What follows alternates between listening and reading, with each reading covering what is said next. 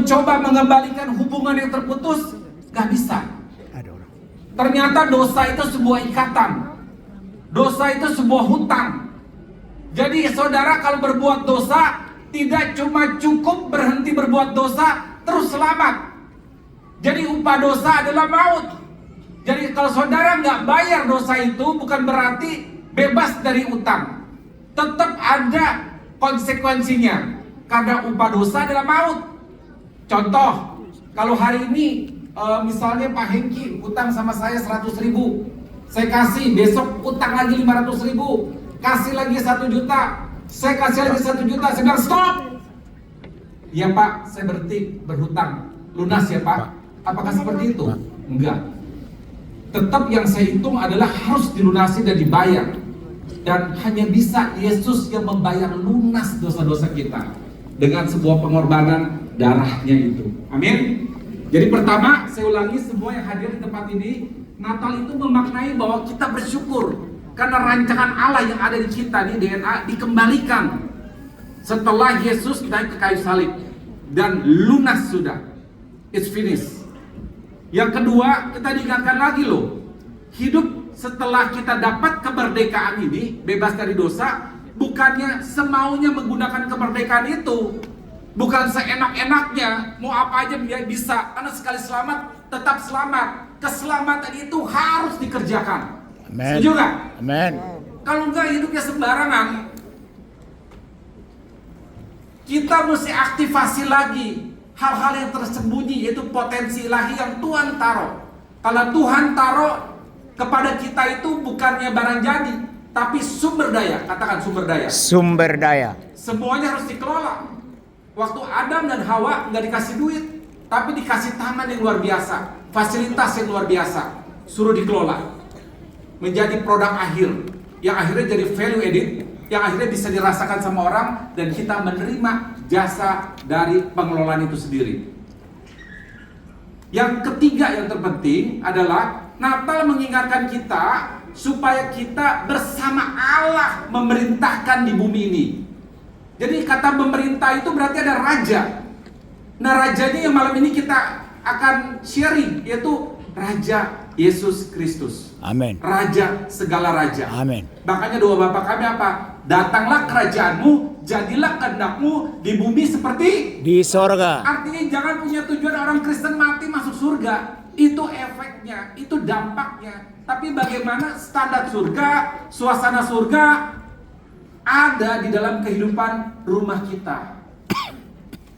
Kita harus mengalami surga di dalam kehidupan kita. Kalau kita nggak mengalami, berarti ada yang salah dalam kehidupan kita. Makanya tema gereja kita adalah obedient bulan ini. Obedient, the purpose of Christmas.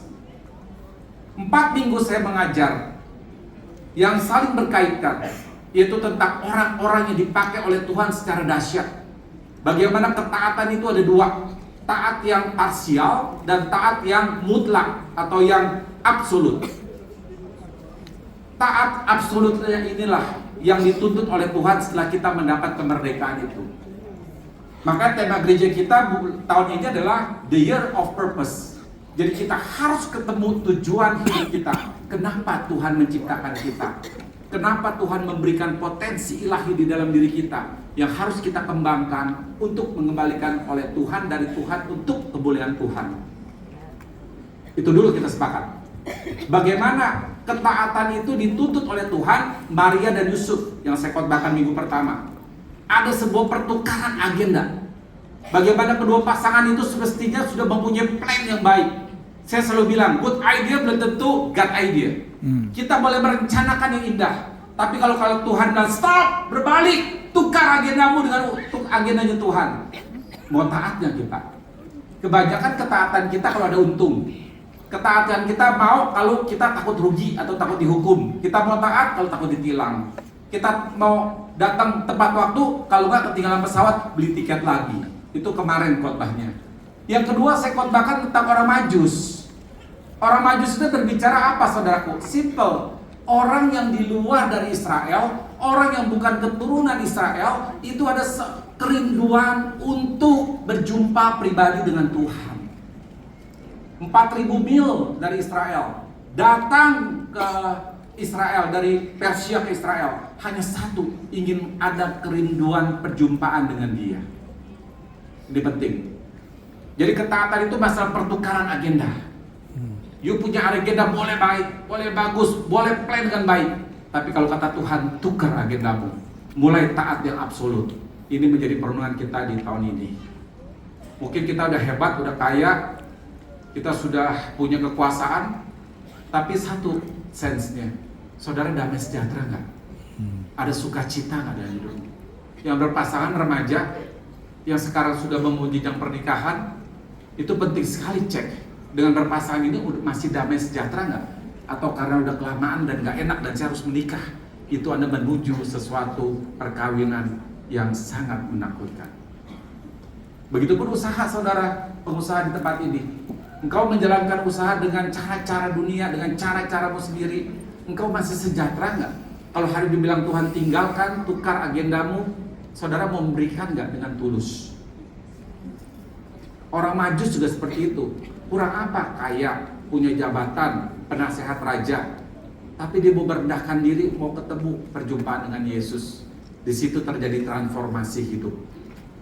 Saya percaya malam ini harus terjadi transformasi di kehidupan dalam saudara. Amin. Amin. Amin. Nah, yang ketiga nih yang unik. Besok kita ada Finding the Star. Kita sudah menyiapkan segala hal dan kita juga akan mengkotakan bagaimana Tuhan Yesus adalah anak Allah.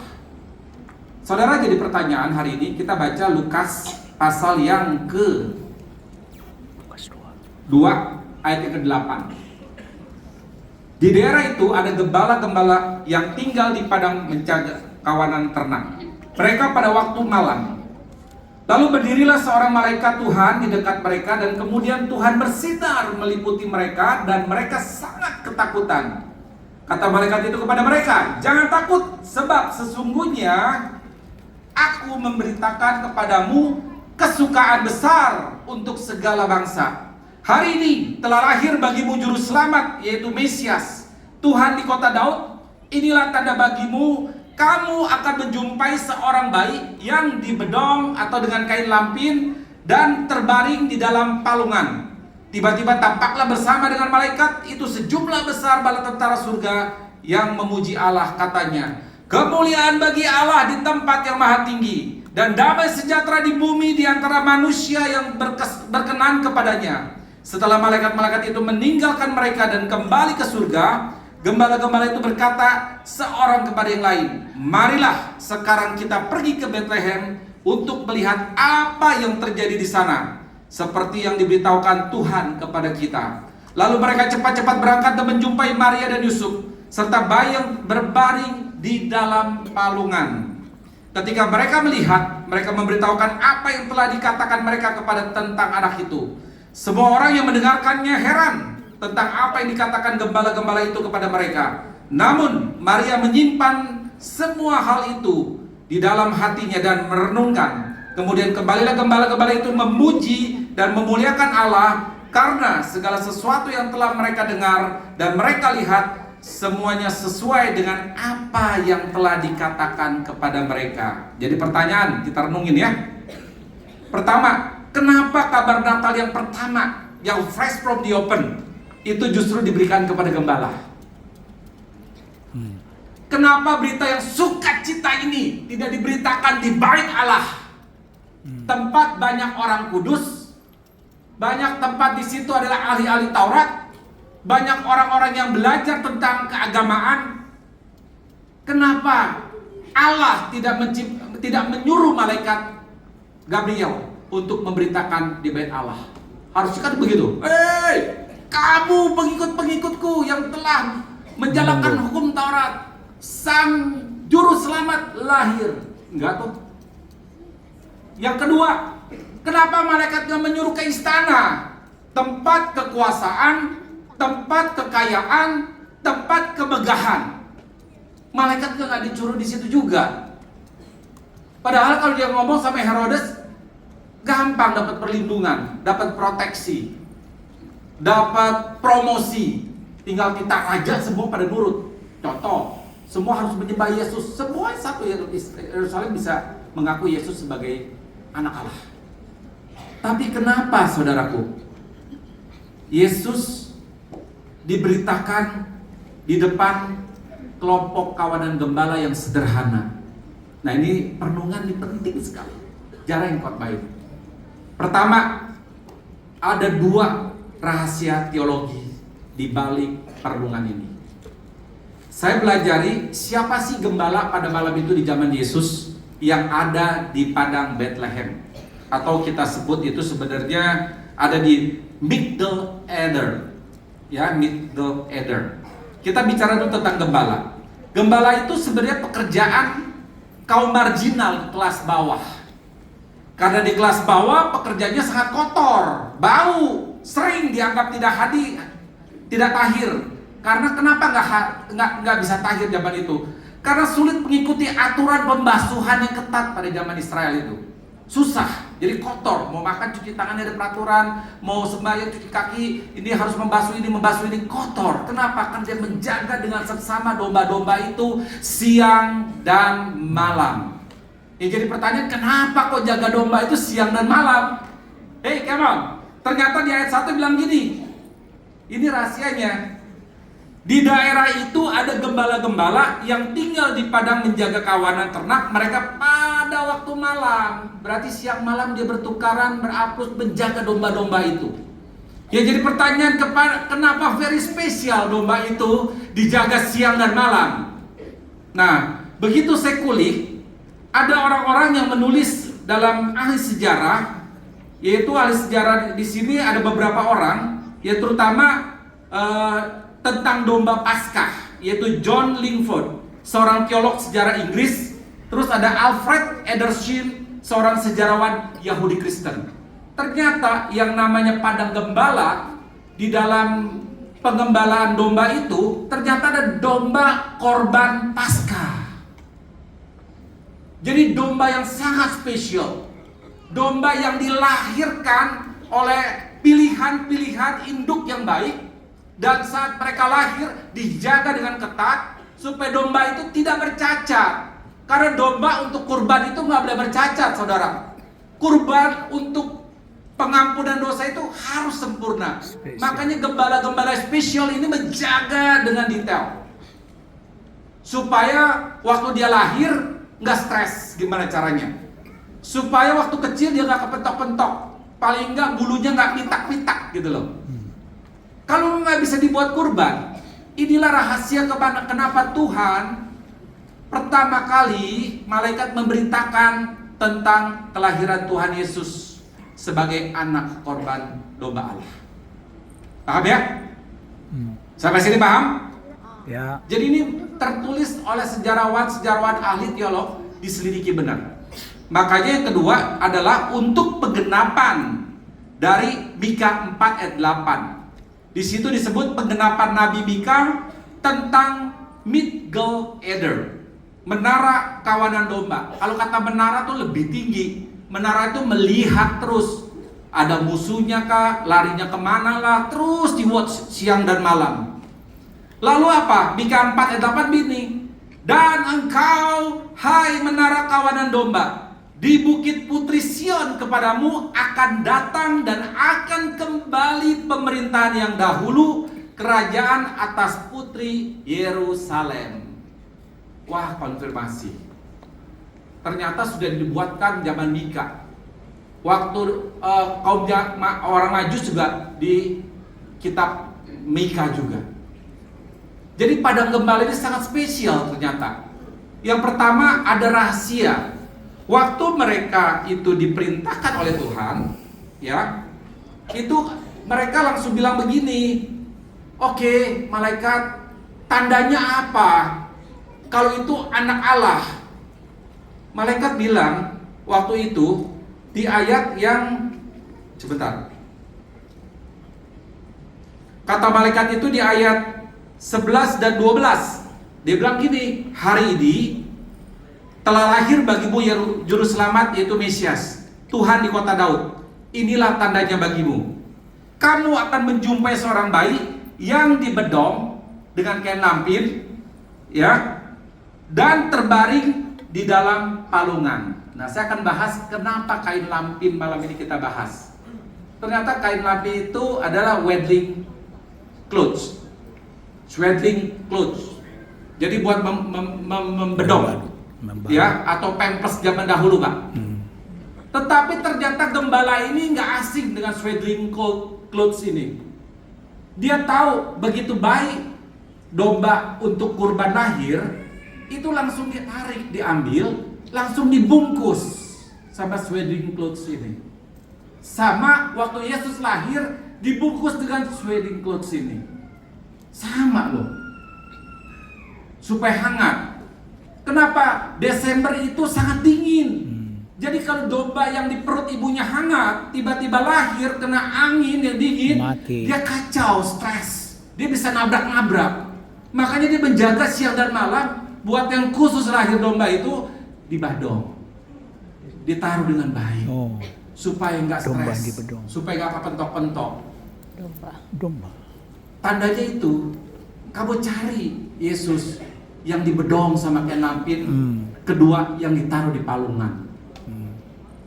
Langsung toeng dia. Oh, berarti ini selama ini kita menjaga domba untuk domba Paskah untuk korban. Sekarang ada domba yang asli, yaitu anak Allah yang akan Tuhan menjadi Yesus. kurban. Amin. Yang akan menyelamatkan manusia semua. Amin. Amin. Amin. Beri kemuliaan buat Tuhan. Haleluya.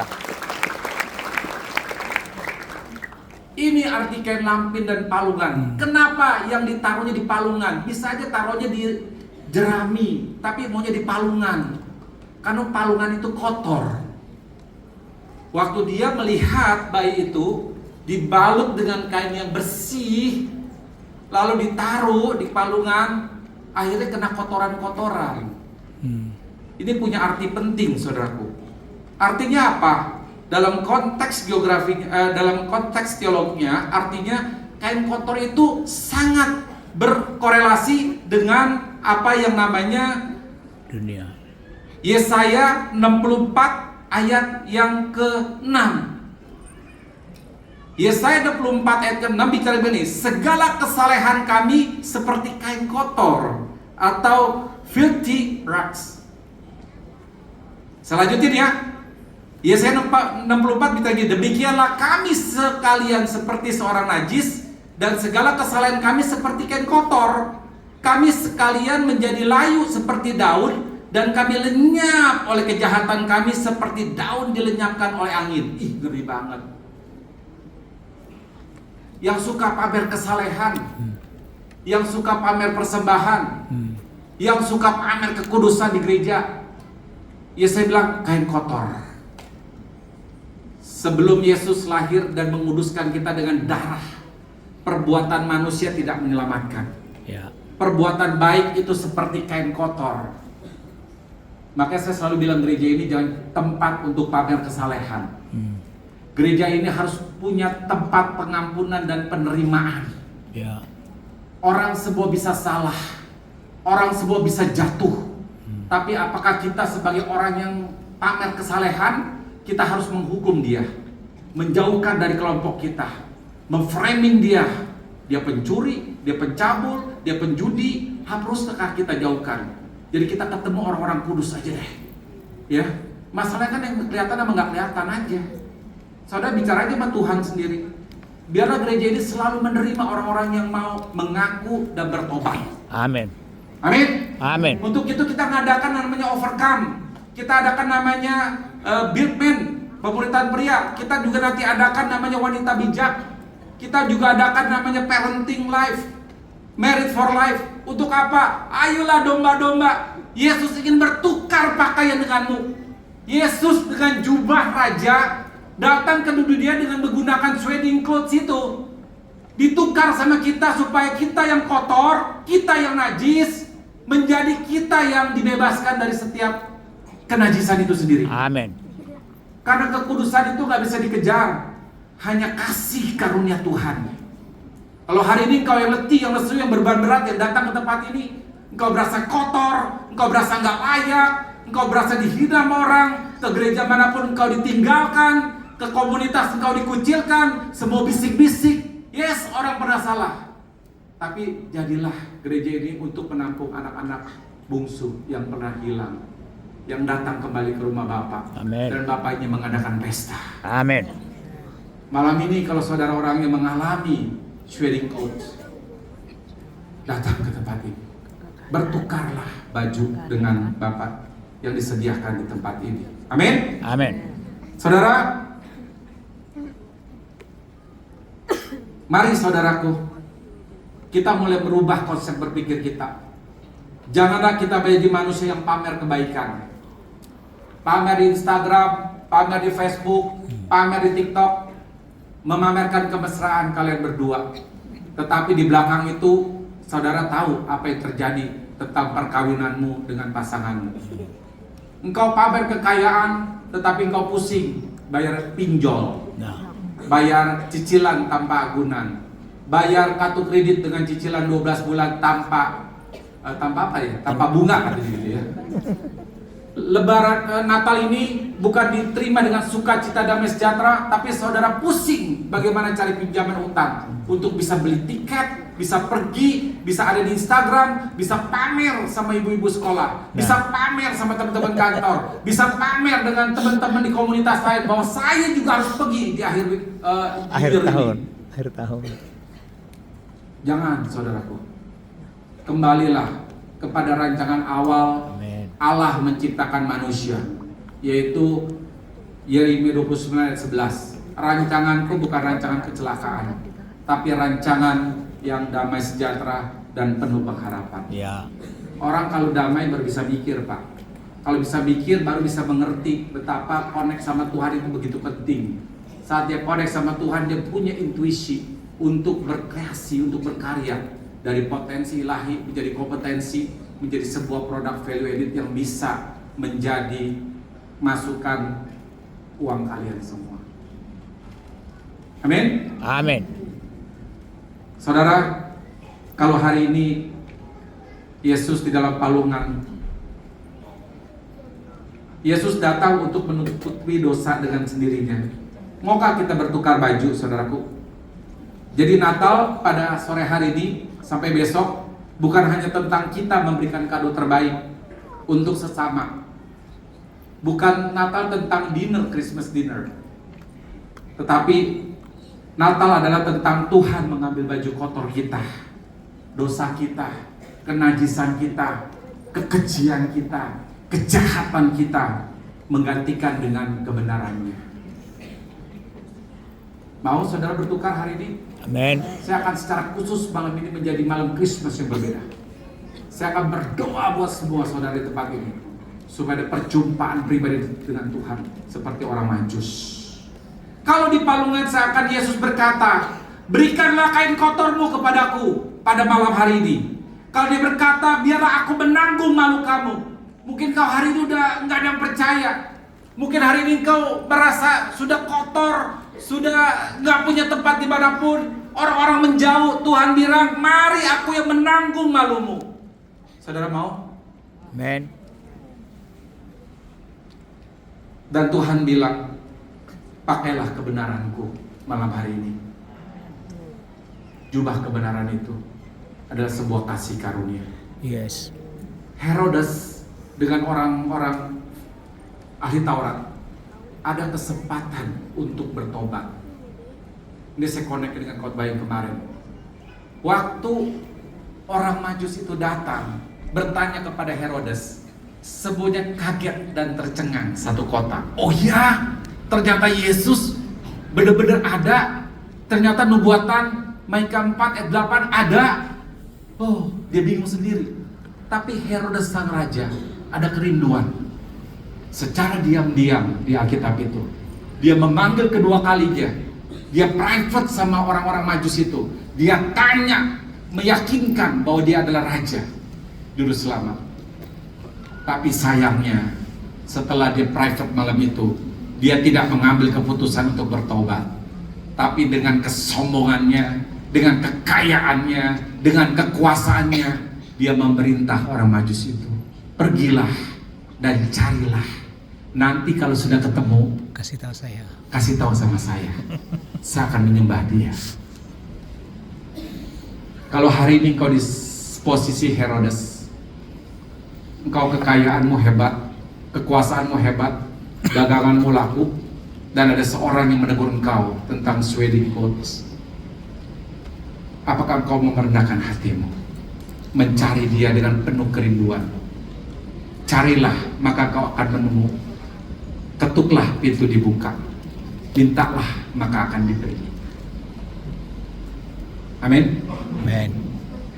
Yang kedua, orang-orang ahli Taurat dan kepala iman agung, saat dia ketemu dengan kaum Majusi itu juga, dia tidak mengambil sikap, hanya menunggu karena takut posisi dia terancam. Dia nggak mau cari, nggak mau ambil resiko. Apakah Anda di posisi orang di Herodes? Apakah ada di posisinya orang yang ngerti agama, mengenal kekristenan sebagai pengetahuan, bukan sebagai perjumpaan dan pengalaman? Hari ini yang rindu, yang letih, yang lesu, yang putus asa, mari datang dengan penuh kerinduan. Kenakan wedding clothes itu, kain lampin, supaya engkau dibedong sama Tuhan, dikasih yang baru. Teologi yang kedua, saudaraku, bicara gembala adalah Yesus adalah gembala. Amin. Amin. Dia adalah gembala yang baik. Ia membaringkan kita di padang yang berumput hijau. Dia yang membimbing kita ke air yang tenang. Amin. Dan dia yang menyegarkan jiwa kita. Yes. Dan dia yang menuntun kita ke jalan yang benar. Oleh karena namanya. Kita domba. Gembala kita yang agung itu mau kita supaya sempurna. Ya. Supaya kita dipersembahkan tidak bercacat. Carilah dia, gembala yang agung. Makanya di Mazmur 51, saudara, di dalam Mazmur 51 ayat 17, korban sembelihan kepada Allah ialah jiwa yang hancur, hati yang patah dan remuk. Tidak akan kupandang hina ya Allah. Saudara, jadi kurban itu yang sempurna adalah kerendahan hati. Ya. Hati yang hancur. Bukan duitmu, bukan persembahanmu, bukan pelayananmu, tapi hati yang hancur. Amin. Amin. Mari kita bangkit berdiri, saudaraku.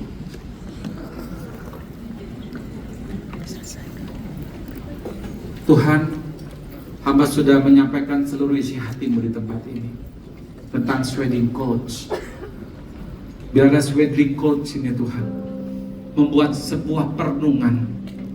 Kalau hari ini Tuhan di Palungan bilang begini, saudaraku, hai kamu anakku, siapa yang mau bertukar baju pendosa malam hari ini, bertukarlah. Kalau kau masih menikmati dosa sebelum tahun berganti ini, kau harus pegang erat-erat dosa ini karena kau menikmati. Tuhan bilang dari Palungan, nak, tukar. Karena kau nggak tahu kapan kau dipanggil, nggak tahu orang bisa boarding time-nya kapan. Tapi kalau hari ini mendengar kebenaran disuruh tukar dosamu, nggak bayar, saudaraku, cuma kasih karunia Tuhan. Yang kedua, siapa yang mau bertukar dengan pengemis yang dianggap outsider, yang selalu dikecilkan? Siapa yang mau bertukar dengan penjahat? Pokoknya apapun duit, mau dibelanjakan gak apa-apa, yang penting perut seneng. Siapa yang mau bertukar baju dengan pembunuh, bahkan pelacur? Hanya gembala agung kita, Amin. anak domba Allah, Yes. yaitu Yesus Kristus. Ya. Sebentar lagi kita akan menyalakan lilin